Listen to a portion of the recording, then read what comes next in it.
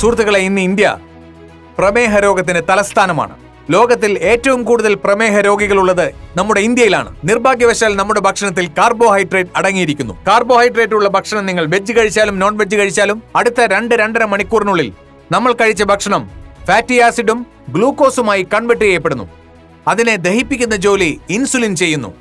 Insulin dissolved ഓക്സിജന്റെ സഹായത്തോടെ fatty ആസിഡും ഗ്ലൂക്കോസും കത്തിച്ച് ഊർജ്ജമാക്കി മാറ്റുന്നു. എന്നാൽ നമ്മുടെ ബ്ലഡ് സർക്കുലേഷനും ഓക്സിജന്റെ അളവും തകരാറിലായതിനാൽ ഇൻസുലിൻ പ്രോപ്പർ പ്രൊപ്പോർഷനിൽ ഗ്ലൂക്കോസ് ഉൽപ്പാദിപ്പിക്കുന്നില്ല. ഇപ്പോൾ നിങ്ങൾ ഭക്ഷണം കഴിച്ചു കഴിഞ്ഞാൽ ഒരു വശത്ത് ഗ്ലൂക്കോസ് ഉൽപ്പാദിപ്പിക്കപ്പെട്ടു, മറുവശത്ത് ഇൻസുലിൻ ഉൽപ്പാദിപ്പിക്കപ്പെട്ടു. എന്നാൽ നിങ്ങളുടെ ശരീരത്തിലെ ഡിസോൾവ്ഡ് ഓക്സിജന്റെ അളവ് കുറവാണെങ്കിൽ ഈ ഇൻസുലിന് ഗ്ലൂക്കോസ് ഉൽപ്പാദിപ്പിക്കാൻ കഴിയില്ല. ഇത് കുറച്ച് ദഹിപ്പിക്കും, കുറച്ച് ഉപേക്ഷിക്കും, കുറച്ച് ദഹിപ്പിക്കും, കുറച്ച് ഉപേക്ഷിക്കും. ഇങ്ങനെ നിങ്ങളുടെ ശരീരത്തിൽ ഡേ ബൈ ഡേ ഗ്ലൂക്കോസിന്റെ അളവ് വർദ്ധിച്ചുകൊണ്ടേയിരിക്കുകയും ഒരു ദിവസം ഡയബറ്റിസ് എന്ന മാരകമായ രോഗം നിങ്ങളെ പിടിപെടുകയും ചെയ്യും. ഡയബറ്റിക് സത്യത്തിൽ ക്യാൻസറിനേക്കാൾ ഭയാനകമാണ്. ഡയബറ്റിക് നിങ്ങളുടെ ശരീരത്തെ ഉള്ളിൽ നിന്ന് പൊള്ളയാക്കുന്നു. നിങ്ങളുടെ ശരീരം ഒരു ചിതൽ പോലെയായിത്തീരുന്നു.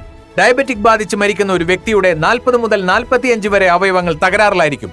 ഞാനിതിന്റെ പ്രാക്ടിക്കൽ ഡെമോൺസ്ട്രേഷൻ കാണിച്ചു തരാം.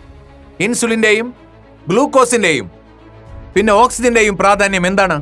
എന്റെ മുന്നിൽ ഒരു മെഴുകുതിരിയുണ്ട്. ഈ മെഴുകുതിരി ഉപയോഗിച്ച് ഞാൻ ഒരു പ്രാക്ടിക്കൽ ഡെമോൺസ്ട്രേഷൻ കാണിച്ചു തരാം.